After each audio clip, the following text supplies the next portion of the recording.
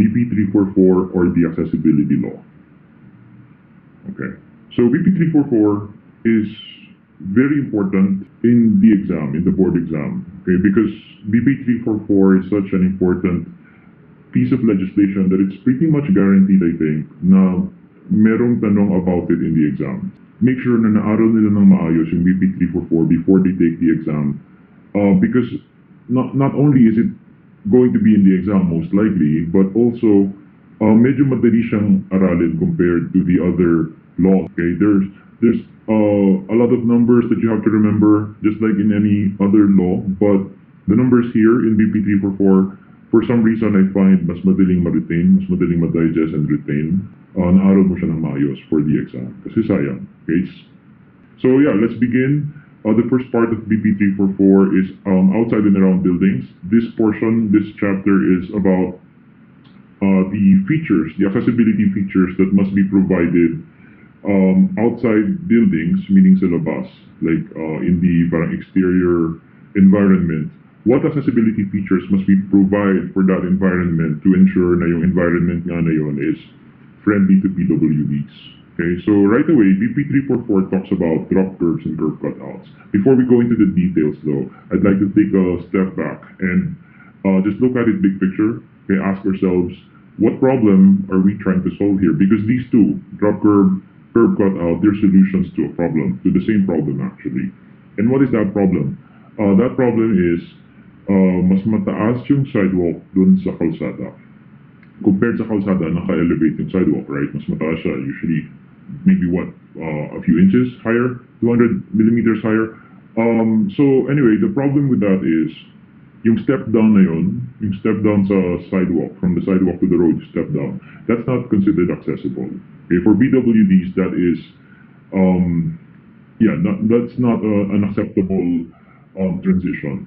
Okay, and the drop curb and the curb cutout are the solution to that problem. Okay, so the first solution is the dropped curb. Let's take a look at the picture first. So this is the drop curb. So first of all, when we say drop curb, we're referring to this portion. So this is a sidewalk. This is a crossing, meaning tawiran sa daan, sa kalsada. And as you can see in the drop curb solution, the sidewalk essentially parang is lowered to the level of the road. Okay, ang purpose is, if you're a PWD and you need to cross the road, this is where you can cross easily. Okay, walang step down. So when we say drop curb, strictly speaking, ito yung drop curb, this portion that was lowered. Okay, these are just parang ramps connecting the drop curb to the regular sidewalk. Okay, so you pretty much understand how it works, I'm sure. Let's go over the details now. So, sabi ng BP 344, changes in level in walkways should be by a drop curb. Okay, we don't say it yet, pero pwede rin actually curb cutout. Pero yeah, for now, let's just say drop curb. Drop curb should be provided at pedestrian crossings and at the end of walkways. Now, parang details, as for the details of the design of the drop curb, nakalagay dito, the drop curb at crossings must have a width equal to the width of the crossing, but it should never be less than 900 millimeters wide. So ang sinasabi natin is, yung lapad ng drop curb, which is this, it should be equal to the width of the crossing. Meaning, kung gaano kalapad yung crossing, ganun din dapat kalapad yung drop curb. Okay, but in no case can the drop curb be less than 900 millimeters wide. Meaning, if this crossing, normally you just match whatever this is, that's how wide the drop curb should be. But if this is less than 900 millimeters wide, yung crossing mo is narrower than 900 millimeters, then you have to increase the drop curb to 900 because you can't go less than 900 millimeters wide for your drop curb. Another thing, drop curb should be ramped towards adjoining curbs with a gradient not steeper than 1:12. Ito naman yun. Okay? So from the drop curb to the sidewalk, to the regular sidewalk, ang transition dapat is a ramp. Okay, a ramp, maximum slope ng ramp, 1:12. Okay, drop curb should also be sloped towards the road with a maximum cross gradient of 1:20 to prevent water from collecting at the walkway. And the lowest point of the drop curb should not be more than 25 millimeters above the road or the gutter. Okay, these two things are easier to explain with illustrations. So the first one says na dapat daw nakaslope yung drop curb towards the road or the gutter with a maximum slope of 1:20. Ito naman yun. So this is a section of the drop curve. Okay, so dito, ito yung kalsada, ito yung gutter. Okay, and then ito yung regular sidewalk natin. This is our drop curve. Now, if you look at the first illustration here, if you look at this, you might think that this drop curve, this surface is a flat surface, like a perfectly horizontal surface. But in section, you're going to notice it's actually not perfectly horizontal. It's actually sloped or sloping towards the gutter a tiny bit. The slope is minimal, but it's still a slope. It's not flat. And ang purpose ng slope na yan, ng minimal slope na yan, is to ensure that water does not collect in the drop curve. Kaya ayaw natin na magkaroon ng water ponding in the drop curve kasi paano mo gagamitin yung drop curve kung parang baha or kung puno siya ng tubig. So, nire-require ng BP 344, dapat nakaslope siya towards the gutter. Maximum slope of 1:20, okay, which is flatter than 1:12. It's a very mild slope, itong 1:20. And then another thing, going back here, if you look at this drawing lang, you might think that the drop curve and the road or the crossing are the same level, okay? But again, looking at the section closely, they are not the same level. The drop curve is actually higher, okay? Naka-raise siya slightly. Again, ang purpose nito is the same because we don't want na mapuno siya ng tubig. Kaya itinataas natin siya ng bahagya. And BP 344 is fine with that. BP 344 just says, wag lang lalagpas ng 25 millimeters yung angat. Pwede siyang iangat ng bahagya, wag lang lalagpas ng 1 inch or 25 millimeters. Kasi any higher than that is considered parang step down na ulit eh. Which is again what the exact thing that we were trying to avoid, diba? So anyway, so those are the specs for the drop curve. Let's now go to the other solution, which is the curb cut out. So it's defined here, well, it's not really defined here. Nakalagay, a curb cut out is only allowed when it will not obstruct a walkway or make the walkway narrower than required. I have to show you first what a curb cut out looks like. So this is what a curb cut out looks like. What are we looking at? So this is your parang regular walkway or sidewalk. Ito yung kalsada. And again, imagine lang na parang may tawiran dito. Okay, tatawid ka, so kailangan mong bumaba from the sidewalk to the road. Okay, again, one option, one transition that you can do is the drop curve, yung kanina. But this is your second option. You can also do this. Ito yung curb cut out. So in this solution, as you can see, I mean, you pretty much understand what the difference is. But essentially, we're parang making a cut out para makapag-fit tayo ng ramp going down. Okay, again, we're trying to avoid yung step down. So we're doing a ramp. So ito yung curb cut out. So ano yung requirements, ano yung limitations for the curb cut out? First, you can only do this if it will not obstruct a walkway or make the walkway narrower than required. So ito yung walkway natin, yung sidewalk is the walkway. We haven't gone to it yet, but I'm saying this early na may minimum lapad, may minimum width yung walkway. It's 1.2 meters lapad, minimum. What we're saying about curb cut outs right now is pwede ka mag-curb cut out, but you have to make sure na meron ka pa ring 1.2 meter clearance for your sidewalk over here. Okay, if doing a curb cut out will result in a narrower sidewalk, like less than 1.2, then you shouldn't do a curb cut out. Okay, you should do a drop curb instead. Okay, so again, you only do this, your curb cut out solution, if you have enough space for it. Okay, so that's the first thing. Now, the minimum width of the curb cut out is 900 millimeters, and the maximum slope of the curb cut out is 1:12. So yung lapad niya, minimum 900, and slope, as always, is 1:12. Alright, let's now talk about walkways. Para lang madaling magets, para madaling maintindihan, think of sidewalks. When we say walkways, just imagine sidewalks. A walkway is really any surface that pedestrians are supposed to walk on. But, again, para madaling magets, just think of sidewalks. So, what are the requirements? First, walkways should be as level as possible and finished with a slip-resistant material. Okay, as level as possible and hindi madulas. Minimum width ng walkway is 1.2 meters, which we already mentioned, no, in kanina, dun sa curb cut out. Maximum longitudinal gradient or longitudinal slope is 1:20, and maximum cross gradient is 1:100. So pag sinabing longitudinal gradient, ito yung slope along the length of the walkway. Meaning, naglalakad ka sa walkway or sa sidewalk and nakaslope siya downwards, or paakyat yung lakad mo, pababa yung lakad mo. Yun yung longitudinal gradient or slope. Okay? Pwede bang sloping yung walkway or sidewalk? Yes. wag lang steeper than 1:20. Okay? Ano yung cross gradient? Ito naman yung slope towards the gutter or towards the road. Parang nakatagilid ng konti. Nakatilt yung walkway slightly towards the gutter. Okay? Pwede ba yun? Yes. Basta ang maximum slope is 1:100, which is that's a very mild, that's a very flat slope. Okay? It's flatter than 1:20, so you will barely notice this. But yeah, if you wanted to do a slope for the walkway towards the gutter, you could do that. Wag lang steeper than 1:100. Okay, so this is an illustration. This is a section again of a walkway. Again, minimum width niya 1.2 meters. And yung sinasabi nating 1:100 na cross slope or cross gradient is yung slope from here to the gutter. Again, this is probably flat or maybe it is sloping, I don't know. Pero ang 1:100 kasi na slope is nearly flat. You would barely notice that. But yeah, pwede mo siyang going sloping from here to there. Pag ganyan yung slope niya. Okay, 1:100. Very flat slope, probably just to drain water, to direct water towards the gutter. Okay, other things about walkways. Avoid locating gratings within walkways. Ito yung parang drain covers. Okay? We try not to place this within sidewalks or walkways kasi it could become an accessibility problem. Okay? Parang may butas-butas yon that could become an issue, especially, I would imagine that it would be especially troublesome for people na merong crutches or yung saklay, people wearing heels maybe.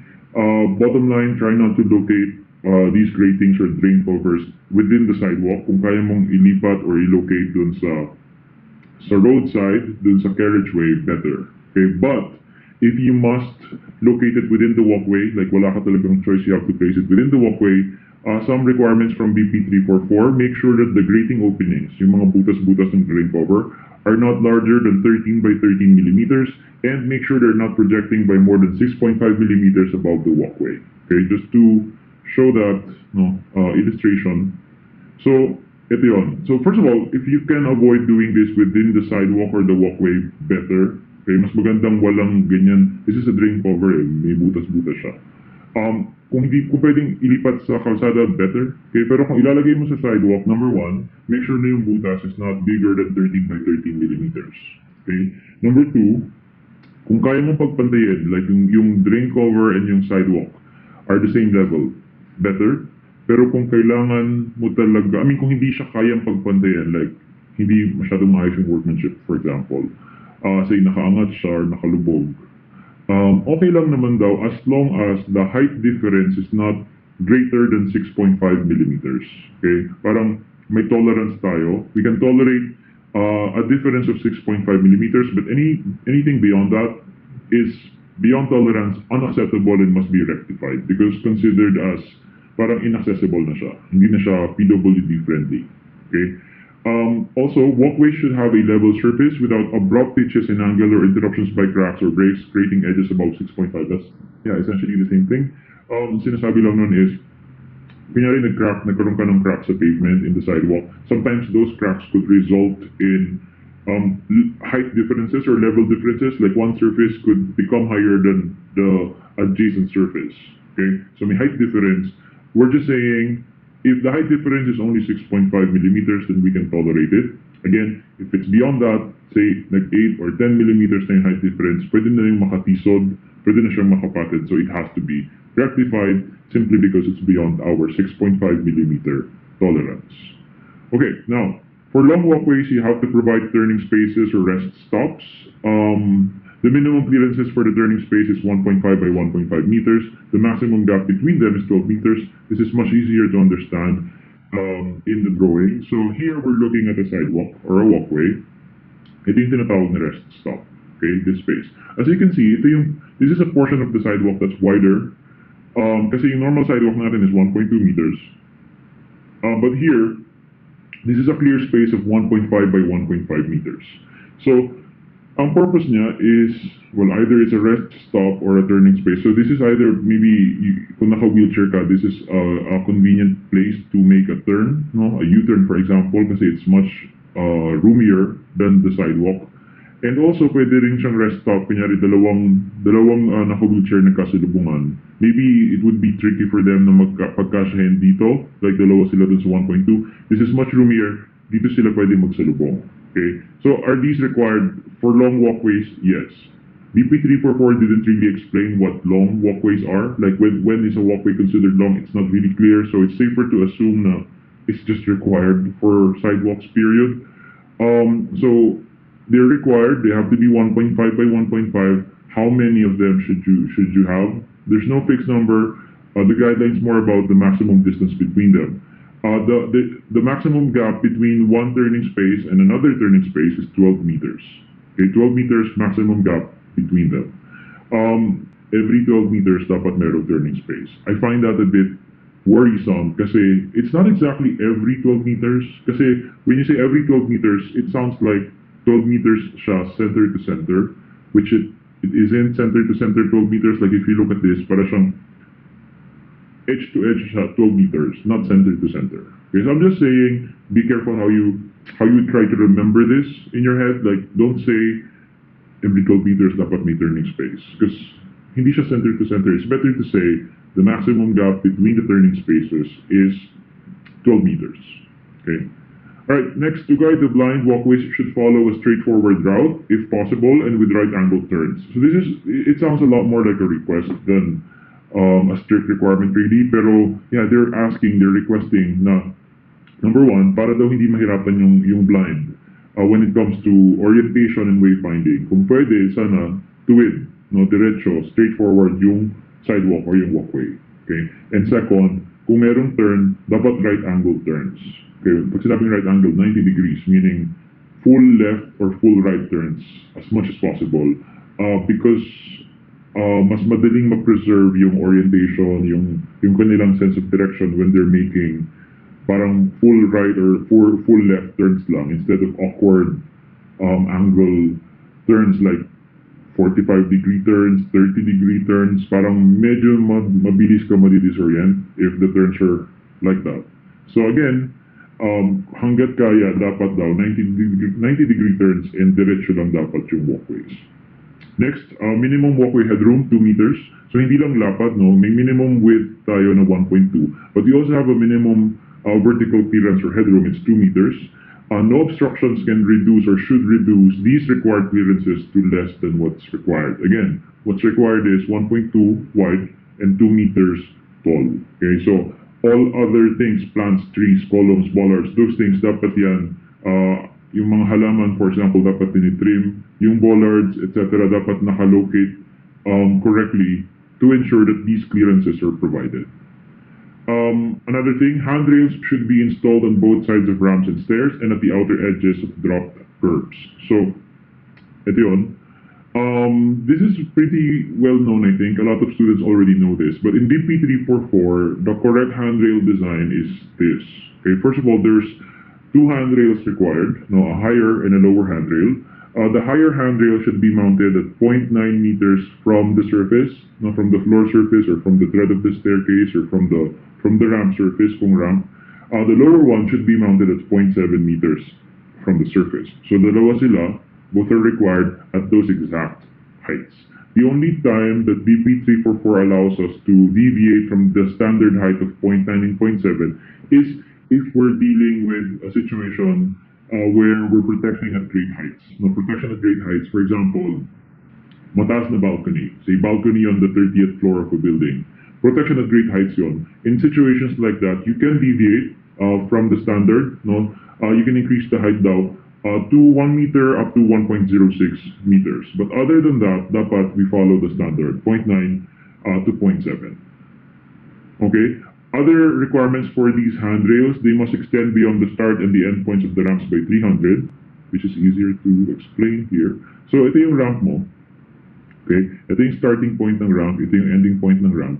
You will notice that the handrail actually extends beyond the start point and beyond the end point of the ramp, and that's because it's required. No, dapat mag-extend siya by 300. Okay, 300.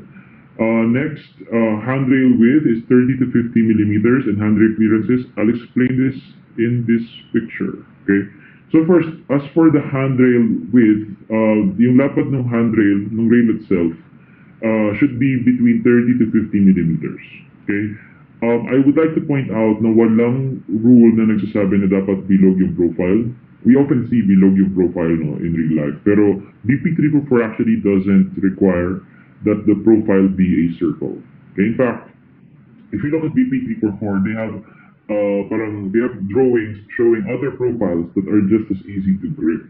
So walang requirement as to the shape of the handrail, pero merong requirement as to the width or yung lapad ng handrail. Again, it should be between 30 to 50 millimeters. Another thing that's required is yung correct mounting clearances, okay, for the handrail.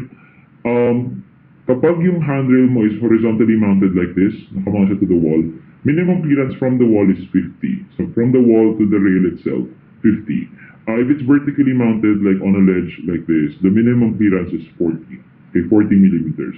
Again, this is to ensure na madali siyang mag-grip or mahawakan, because if it's mounted too close to the surface, you're going to have a more difficult time gripping the handrail. Okay, let's talk about open spaces. Open spaces are particularly disorienting for the blind. So when we say open spaces, just think of a big space na say cementado, like a park maybe, or a big plaza or a train station. Those are open spaces. So I don't know kung kasama yung train station, but in any case, the problem with open spaces is, especially kung paved sila, they're not linear elements. Okay, unlike sidewalks na it's obviously a linear element. So parang you know that you have to go one way or the other. Ang open space, hindi, parang walang inherent direction yung open space. Okay, especially kung sementado nga siya yung buong open space. Parang going here and going here and going there, they all kind of are the same. So if you're blind, it's not immediately obvious to you how you're supposed to navigate the space, in which direction you should walk in. Those things are not immediately obvious.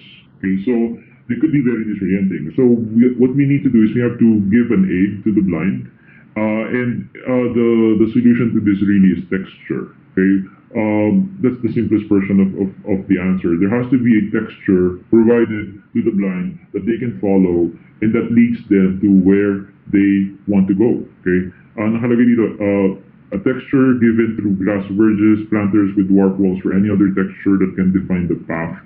They have two examples here in BP344. So here, for example, imagine may plaza. Here, mayroong walkway and the rest is grass. Okay, again, there's two textures here, grass and pavement. And the blind knows na obviously yung pavement is the surface that he or she should be walking on. Okay, in this other example, pavement versus planters. Okay, but generally just a texture to follow. Okay, we see this a lot in train stations and airports and malls often.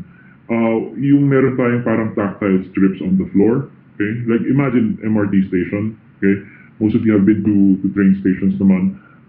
Usually when you get to the station, you will notice merong tactile strips that lead you to key points of the station. Like there's a tactile strip, there's a line leading you to the ticketing counter, there's a line leading to the elevators, probably to the toilets. Even when you get to the platform, may mga texture indicating saan nakatapat yung pintuan. There's an entire texture along the edge of the platform to warn people, to warn the blind especially na edge yun ng platform, and beyond that you might fall. So all of these textures, ito yung dapat natin i-provide so that the blind can navigate and use open spaces. Okay? So, yun. Next, signages. Signs should be readable even by people in wheelchairs and people with visual impairments. So this means two things. Dapat tama yung mounting height, okay? Because we want people in wheelchairs to be able to read these signages easily. And dapat maganda rin, readable, very easy to read yung design. Because even people with visual impairments, kunyari malabo yung mata, extremely malabo yung mata, you want them to have an easy time reading the signage. And that's something you can achieve through design. So here, nakalagay, they must be simple and easy to understand. You must use contrasting colors and contrasting gray values. Okay, so again, it should be readable by people in wheelchairs. We'll give you the specific mounting heights in a bit. As for the design, again, contrasting colors. So in this example, we see that the background now is blue and the symbols are white. Okay, I would imagine that the blue that they're going to use for the background would be a very dark blue kasi dapat contrasting gray values as well eh. So that white should be against a very dark blue para magkaroon ng contrast in gray value and therefore para maging easy siya to read. Okay, so yun. There are also standard symbols, no, international symbols for accessibility that must be used for signages. Okay, now for the height, ito yung correct height according to BP 344. If you're going to mount the signage on doors and on walls, the maximum height should be 1.6 and the minimum should be 1.4. So minimum 1.4, maximum 1.6. The signage should be within this zone. Okay, anywhere higher or lower would be less than ideal. For signages also, the symbols and the letters and the numbers should be embossed or parang naka-raise from the surface of the signage. Hindi siya yung parang flat printed signage lang. Mas maganda kung nakaangat ng konti yung text and signage para pwedeng kapain ng blind. They should be embossed by at least 1 millimeter from the surface of the signage. And also again, for the benefit of the blind, braille symbols should be included. Now let's talk about crossings. Again, crossings meaning tawiran sa kalsada. The goal here is to ensure na mabilis nakakatawid ang tao sa kalsada because the quicker that they can cross the road, the safer it is for them. And vice versa, the longer that they're on the road crossing, the longer they're exposed to cars and other vehicles, and therefore the longer they're exposed to danger. So we want them to cross quickly, to get back on the other sidewalk as quickly as possible. So what can we do to help with that problem? So 3 measures here. First, you want to design your crossing to be perpendicular to the carriageway as much as possible. 90 degrees or perpendicular to the carriageway. Hindi siya dapat slanted because a slanted line is going to be longer. It's going to be a longer crossing. And that's not what we want. Gusto natin maikli lang yung tawiran. So kung wala namang dahilan para maging slanted pa yung tawiran, dapat diretso lang, perpendicular to the carriageway. Second, try to locate the crossing at the narrowest, most convenient part of the carriageway. Again, this is parang when you hear something like this, it's not something you immediately think of, right? But when you hear it, it makes sense. Okay, kung yung kalsada mo is wider in some portions and narrower in other portions, obviously, kung pwede namang sa narrower portion ng tawiran, mas magandang dun mo ilagay. Parang, kasi mas mabilis tumawid dun sa narrower portion. Okay? And finally, the third one is probably the most important one, yung central refuge requirement. The crossing should have a central refuge area at least 1.5 meters deep, but preferably 2 meters deep, as a mid-crossing shelter if the width of the road to be crossed exceeds 10 meters. So ito yun. So here, again, we're looking at a crossing. So sidewalk, crossing, sidewalk. This is the road we're crossing. This requirement, the one for central refuge areas, applies to crossings that are longer than 10 meters. So if this is longer than 10 meters, you have to provide this, no, ito yung tinatawag natin na central refuge area. No? This is an area where the pedestrian can take refuge. Okay? This is going to be helpful especially for those na hindi kayang tumawid ng mabilis. No? Suppose you were given, you're given 20 seconds to cross this. Okay, and most people are probably going to be able to cross it within 20 seconds. But what if there was a PWD or an elderly person who couldn't finish crossing it in 20 seconds? For that person, pwedeng i-cross niyo muna yung first half of the road, stop here, okay, and then wait for the light to go green again to cross the remaining half. Okay, now this shelter, this refuge area, is going to be a safe space for them to stop kasi hindi siya part ng carriageway. Again, ang minimum depth niya, pag sinabing depth meaning ito, okay, minimum depth niya is 1.5 pero kung kayang gawing 2 meters, that's the preferred depth. Okay, try to locate crossings close to, if not exactly along the pedestrian desire line. The pedestrian desire line is yung line where people naturally want to cross. Okay, there's always going to be parang as a pedestrian, kung ikaw yung pedestrian, there's always going to be parang the spot where kung pwedeng dito tumawid, doon ka tatawid. Okay, pero sometimes hindi doon nakalagay yung tawiran. Okay, minsan yung overpass or yung crossing would be a few meters, sometimes many meters away from where you would want to cross. where you want to cross, itong spot where you want to cross is the pedestrian desire line. Okay? Ideally, nagko-coincide dapat yung actual na tawiran, yung crossing, doon sa desire line. Okay? Kasi minsan, kapag masyado silang magkalayo, kunyari, ito yung desire line, pero yung tawiran ang layo-layo, several meters away, what some people would do is jaywalk. Kasi this is where they want to cross, pero yung tawiran mas malayo. So, sometimes they would just cross here anyway kasi ang hassle ng location ng actual na tawiran. Bottom line, kung kayang i-reconcile, kung kayang isakto doon sa desire line yung crossing, mas maganda. Okay, pero sometimes hindi talaga nag-work yung ganyan. Sometimes it will have to be a few meters away. It's a balance that needs to be struck between where people want to cross and where it's practical to locate the crossing. Also, we have to provide tactile blocks in the immediate vicinity of crossings to aid the blind. This is more of how do we communicate to the blind where the crossing is.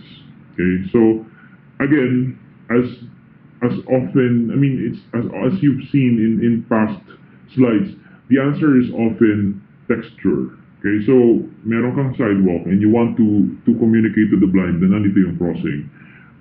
We do it through texture. Yun yung requirement ng BP344. So in this example, this is a drop curve. So ito yung tawiran, ito yung drop curve mo, and this is your ramp going down the drop curve.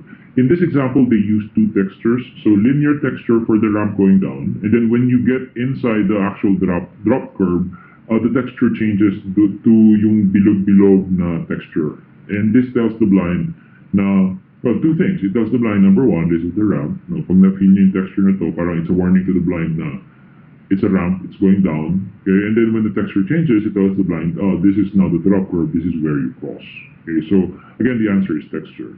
Now, speaking of those tactile surfaces, ang sabi ng BP344, make sure that the tactile surface is sufficiently high to be felt through the sole of the shoe, but not too high that pedestrians will trip. Okay? So, we have to strike a balance. We want this na, ayaw natin ng sobrang flat ng texture na hindi mo na nararamdaman. Dapat daw nararamdaman mo through your shoes yung texture, but you don't want the texture to be too pronounced, too high either, na nakakatisod na siya. So, it has to be a nice balance between those two extremes. And for those who are thinking of value engineering, sinasabi ng BP344 that brushed or grooved concrete finishes are not an acceptable substitute to proper tactile strips.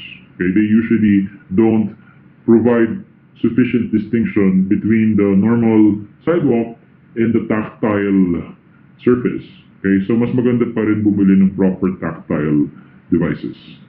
Okay, now the most beneficial form daw of crossing for PWDs is a light-controlled crossing with synchronized audible signals. This is about a different issue. So, how do you tell the blind that it's time to cross the road? Okay, it's something that a lot of us take for granted because for most of us, we just wait for the light to go green. Once the light has gone green, we cross. We know it's time to cross. But how do you tell the blind that without, kunyari mag-isa lang yung blind and they're going to cross, or we don't want to see the blind to have to ask for assistance all the time. Okay, you have to keep that in mind when you study BP344 or you design for accessibility. We're designing things in a way na kaya nilang gawin dapat yung mga nagagawa ng ibang tao without asking for help or without having to feel like they're a burden to others. Okay, so the goal here is that they can do it on their own. So without asking for help, how do you tell them? How do you communicate to them na it's time to cross? They can't see that the light is turned green, obviously. So, ang answer here is audible signals. Ang sinasabi ng BP344, bukod sa light controls, dapat meron ding audible signals para ma-communicate sa blind when it's time to cross. Meaning, pagka nag-green yung ilaw, dapat may sound din na mapoproduce so that the blind know. I mean, once they hear that sound, they know they can cross. Okay? And, hindi na nalagay sa slide pero nakalagay din sa BP344. That sound should not just, there shouldn't just be a sound. Another requirement is yung sound daw dapat ma-communicate din to the blind when the time is running out. So parang the sound shouldn't be like a constant sound. Parang dapat siguro nag-change siya. For example, if it's a beeping sound, dapat yung beeping nagiging mas urgent sounding if the time's running out so that they know that they need to hurry. Okay, again, all of those things, vital information yan na dapat na-communicate sa blind. Okay. Similar topics, medyo similar to that, is yung how much time should we give for pedestrians to cross the street.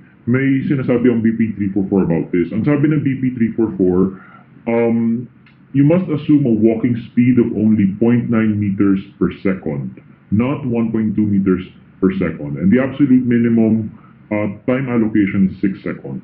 So, we're trying to ensure now we give the pedestrians sufficient time to cross the road. We should compute parang we must assume that the pedestrians are walking at a speed of only 0.9 meters per second. Okay? There's a common mistake according to BP 344 na 1.2 meters per second yung ina-assume. Ang sabi ng BP 344 essentially is masyadong mabilis yun, especially for PWDs. Dapat ang ina-assume lang natin 0.9 meters per second. On that basis, you can compute ilang seconds dapat yung ibigay for the road. No, depending on how wide it is, you'll give more time. But in no case should the time allocation be less than 6 seconds. Okay. Alright, we move to the next topic, parking. Parking for PWDs are wider. Parking spaces for PWDs are wider than ordinary parking spaces because we're assuming na mag-unload sila ng wheelchair beside the vehicle. That's why it's wider. Okay, how much wider? 3.7 yung required width for the parking space. Now, if you recall sa building code, for a typical perpendicular parking space, the required width is only 2.5 meters. Okay, pero for PWD parking spaces, 3.7 meters yung minimum width.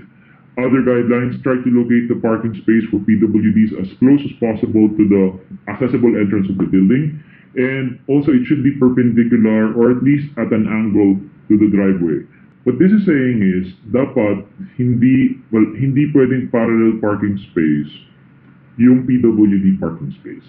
Okay? Dapat perpendicular parking space siya. Kung hindi man perpendicular, pwedeng oblique or angular. Okay? Wag lang parallel. Kasi always keep in mind na we're assuming that they're going to be unloading a wheelchair beside the vehicle, and this could be dangerous kapag parallel parking space yung binigay mo.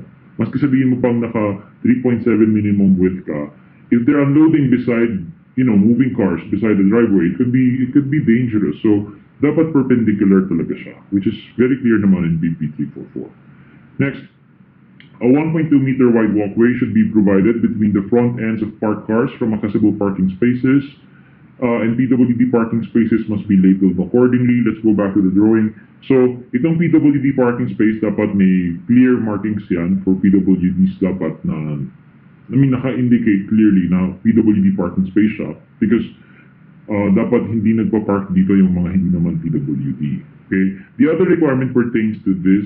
So between the front ends, ito yung front end, this is also the front end, of parked cars, meron na dapat 1.2 meter clear space. Ang purpose nito is to provide parang a safe walkway. Kasi if you think about it, 1.2 meters is basically a walkway already. A safe walkway that the PWDs can use to navigate the parking lot. Kunyari lang, so this is the PWD parking space. Kunyari they have to, for some reason they need to go here. What we don't want for them to do is to use the driveway to go there. Kaya ayaw natin na may nakikita tayo nag-wheelchair dito because that could be dangerous again for them. Moving cars dito, tapos then sila nag-wheelchair. This is a protected space where they can, that they can use to navigate the parking lot. Like they can just do it here. They don't have to be exposed to the moving cars at all. And that's the purpose of the 1.2 meter gap between the front ends of the parked cars. Now we go inside buildings. So what accessibility features must we provide inside buildings? Let's talk about entrances first. Number one, dapat accessible. No, PWD friendly yung entrances ng buildings at arrival and departure points. Kung saan pumapasok yung tao and kung saan sila lumalabas, dapat accessible yon. And when we say accessible, ibig sabihin, kayang makapasok ng PWDs easily without needing assistance. Okay? A lot of people wonder, does that mean ramp? Na dapat ibig ba sabihin accessible entrance, ibig sabihin entrance with a ramp?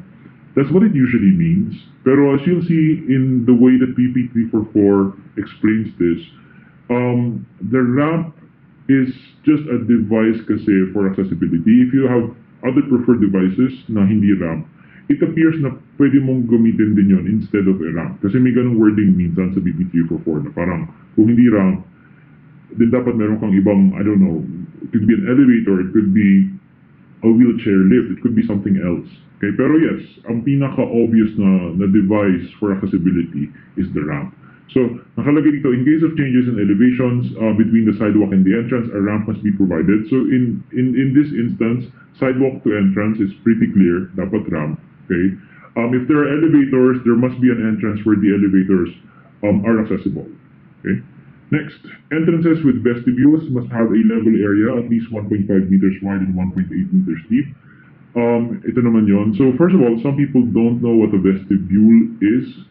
A vestibule is a space before the entrance door, basically just an intervening space before you get to the entrance door. Kung meron pang space before the door, that's a vestibule.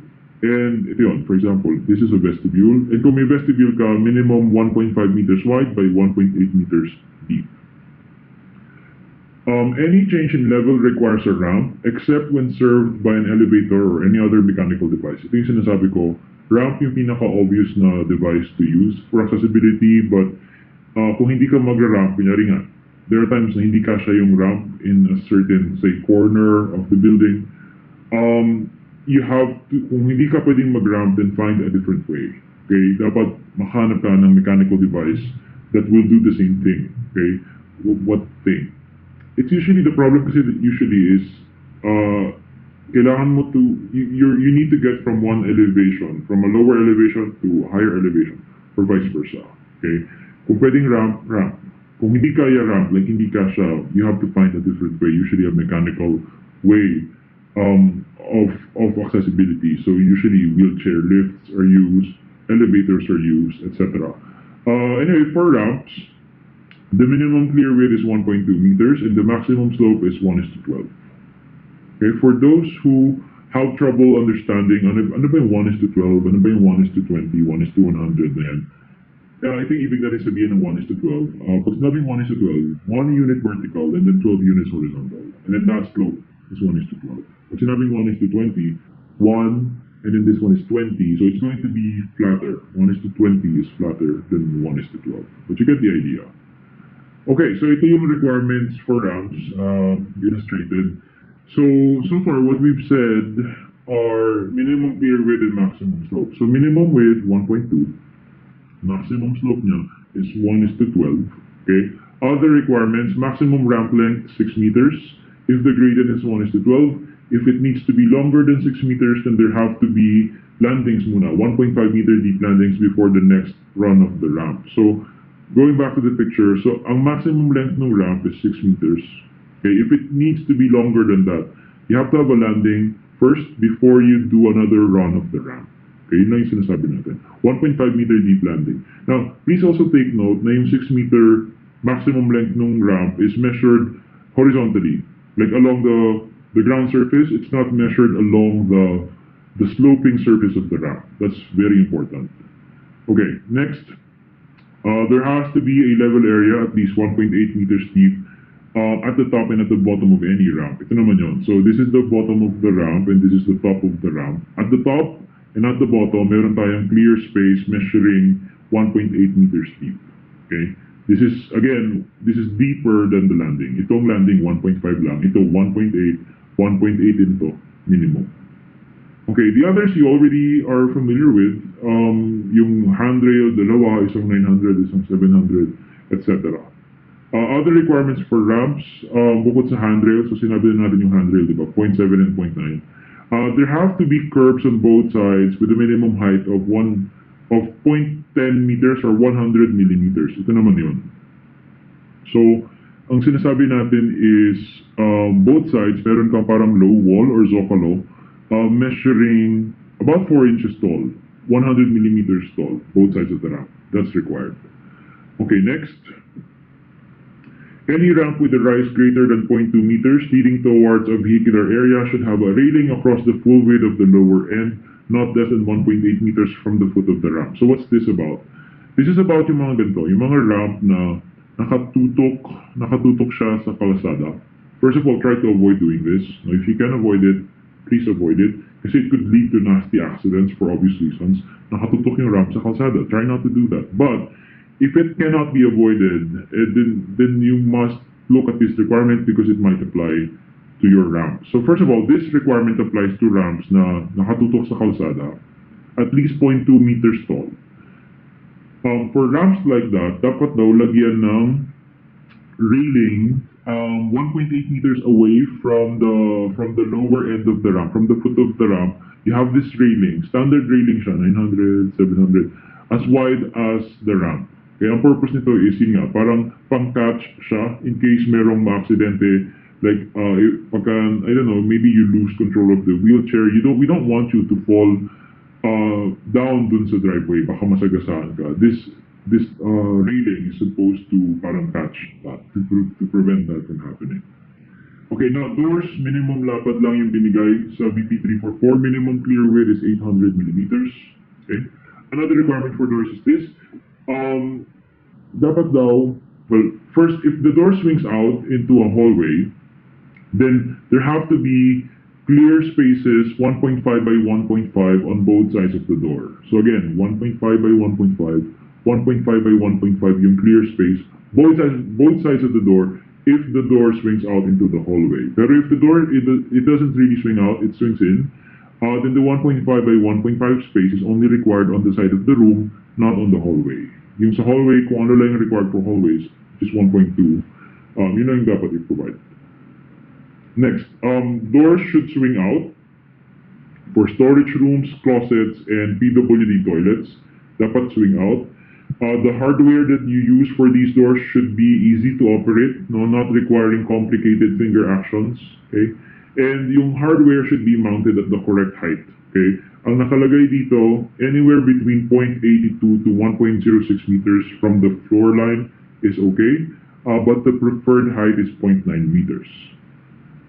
Okay, so ito yung hardware. Okay, again, anywhere between 0.82 to 1.06 is acceptable, pero the preferred height is 0.9. Kung hindi doorknob, kunyari if you're going to use pull handles, try to mount them vertically. No, dapat daw vertical mounting for easier operation. And the center line of the vertical handle should be at 1.06 from the floor. Okay, so ito yun. Again, if you're going to have a pull handle, ayaw natin yung horizontally mounted, dapat vertically mounted siya, and the center line of that handle should be at 1.06 meters from the floor. If the door is located at a busy location, a major circulation area, then dapat meron siyang kick plate at the bottom, made of a durable material, 0.3 to 0.4 meters in height. Kung busy location, busy area, like basically kung yung door is going to be used many times in the day, then dapat lagyan siya ng kick plate. Ito yung kick plate natin. Sa baba, 0.3 to 0.4 yung height, made of durable material, like maybe metal. Okay? Next, thresholds. For those who are unfamiliar, the threshold is parang the part of the floor underneath the door. Okay? Why do we need to talk about them? Kasi madalas dito nangyayari yung change in elevation.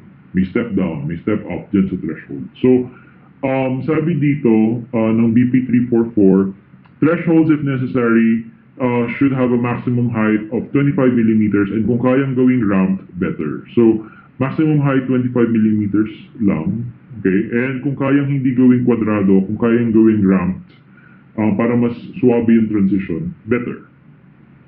Next, switches. As in switch ng ilaw. Correct mounting height ng switches, 1.2 to 1.3 meters from the floor, and they should be located on the doorknob side, the latch side, or the doorknob side. Not too far away from the doorknob side either. 200 millimeters maximum from the doorknob side. So again, doorknob side dapat yung switch, wag sa hinge side, mas mahirap abutin doon. Ideally, pag bukas mo ng pinto, abot mo agad yung switch, so dapat nasa doorknob side siya. And not too far away either. Dapat dapat maximum 200 millimeters away from the door. Okay. As for the mounting height, 1.2 to 1.3. Okay, corridors. Corridors in buildings are a lot like walkways sa labas, a lot like sidewalks. lalakaran siya ng tao. So, a lot of the requirements that were applied to or that applied to sidewalks kanina actually apply to corridors as well. Like, for example, the minimum width is still 1.2, and turning space requirement still applies. Again, 1.5 by 1.5 clear space with a maximum spacing of 12 meters, same requirement. The only maybe new requirement for corridors na hindi applicable sa sidewalks before is this, yung turning space at the dead end. So, BP 344 requires na may turning space dapat na i-provide dito sa dead end. Again, the turning space measures 1.5 by 1.5. Kung may dead end ka, lagyan mo siya ng turning space. Kung hindi mo kayang ilagay dyan exactly, pwede mo siyang ilayo ng bahagya basta not farther than 3.5 meters away from the dead end. Alright, let's talk about toilets. For PWDs, the toilet stall must measure 1.7 by 1.8, so 1.7 wide by 1.8 deep. As for how many toilet stalls, how many PWD toilet stalls must be provided, you have to count kung ilang water closets yung meron for that floor. Okay, for every floor, and also per gender, kasi most toilets are gender-based. There's one for males and one for females. Okay, pero for every 20 water closets, 20 or less water closets, dapat at least one of them should be a PWD toilet stall. Again, there should be at least one PWD toilet stall if there are 20 water closets or less, and you increase the minimum to two. At least two PWD toilet stalls if the water closet is more than 20. Okay, so again, that's what you do. So for example, isang toilet lang for males and another lang for females for this floor. All you need to do is look at how many water closets ba are there in each toilet. Okay, so if both naman have less than 20 water closets, then tig isang PWD toilet stall lang yung kailangan. Okay, let's go back to that toilet stall drawing. Other requirements for PWD toilets. The mounting location of the water closet is 0.4 from one edge of the toilet stall. Hindi mo dapat ginigitna yung water closet sa stall. It has to be on one side only. 400 from the center line to the wall. Ang purpose is we're trying to free up this space for the wheelchair. Other requirements, yung grab bar. Okay, meron kang 900 by 900 na grab bar at the corner where you mount your toilet or your water closet. The door is 900 millimeters clear. Well, actually, yeah, this is actually wrong. I'm sorry. This is wrong. I don't know where I got this drawing. Pero standard door lang tayo, so 800 lang yung requirement ng BP 344. Pero it has to swing out, that's correct. We said that about toilet stalls. And another new requirement is turning space should be provided outside the PWD toilet stall, measuring 1.5 by 1.5. Okay, let me go back and make sure. Doors, yeah, the minimum clear width for doors is 800. Okay, so dapat 800 yung nasa drawing na yun. Okay. Other things, signages, toilet signages. For men's toilets, dapat triangular, pointing upward, equilateral triangle, 300 per side. For women's toilets, bilog yung signage, 300 millimeter diameter. The purpose of this is so that the blind can easily tell kung men's or women's toilet ba yung toilet. Because all they need to do is touch the signage. If there's a curved edge, they know right away it's for women. If there's a straight edge or a sharp corner, they know right away it's for men. Okay, other things, maximum height ng water closet seat and toilet seat is 0.45 meters. Maximum height naman ng flush control is 1.2 meters. Another thing, something that you won't see in the text but is in the official drawings is 0.8. 0.8 dapat daw yung mounting height ng grab bar. Okay, for lavatories naman, yung lababo, maximum height is 800. Now, a lot of students get this wrong. A lot of them, for some reason, answer 850. Pero again, it's 800 millimeters from the floor, maximum. And the space under the lavatory should be a clear space. We call that the knee recess space. Okay? Imagine you're in a wheelchair. If you're going to use the lavatory, you're going to parang operate the tap, the faucet.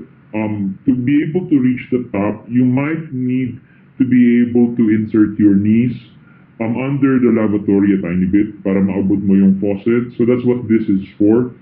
It's the reason why itong space na to should not be parang obstructed with say drawers or cabinet doors. Dapat clear space siya. The clearances required are 0.6 to 0.7 vertical and 0.5 horizontal, or yung minimum depth is 0.5.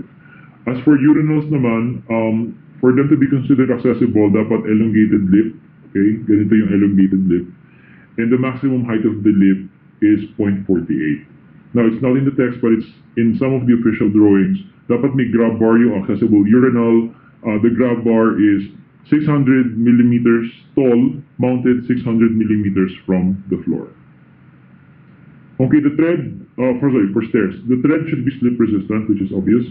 And also for nosings naman ng tread, slanted nosings are preferred to projecting nosings or to open stringers. Ito yung tinatawag na projecting nosing. Ito yung slanted nosing. This is what we prefer. Okay? The main reason is may chance na mapatid ka dito or yung paa mo pwedeng sumabit dun sa corner. It's much less likely to happen here. Like open stringer, which also must be avoided, we have guidelines like this. Okay, the last part of BP 344 deals with safety. This is really more about yung mga hukay-hukay sa daan, mga excavations outside. We don't want people falling in, especially the blind. Nakalagay dito, all excavations, whether on the road or footway, must be adequately protected. It's easier to explain in this drawing. So suppose may hukay nga dyan sa sidewalk, no, sa labas. What we're trying to do is we're trying to prevent, or we're trying to keep people from falling in, especially concerning siya for the blind. Baka mahulog sila. So first requirement, dapat may fence all around the excavation, a sturdy fence. And the height of the fence, sorry, this is wrong. Again, I don't know why nagkaroon ng ganyang typo there. But the height of the fence is at least 1 meter from the sidewalk, and there should be a lower rail called the tapping rail at 0.35 meters from the surface.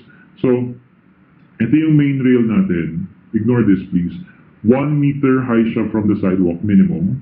And then there's a lower rail, which we call the tapping rail, mounted at 0.35 meters from the sidewalk. The purpose of the tapping rail is to catch the cane, no, of the blind. Kasi itong 1 meter high rail, it's unlikely na yung cane ng blind will hit a 1 meter high rail. So we put a lower rail here para ma-hit ng cane yung lower tapping rail and ma-warn yung blind na there's something there, there's an obstruction, there's an excavation, etc. Okay? Other requirements for safety, all excavations, kung walang fence, dapat lagyan ng cover. Okay?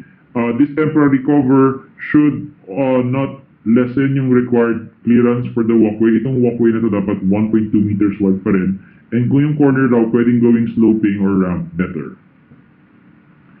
If doing a cover will result in less than 1.2 meter wide walkways, mas maganda pang takpan na lang yung buo para malapad yung pwedeng lakaran ng tao. Again, we never want the walkway to be less than 1.2 meters wide.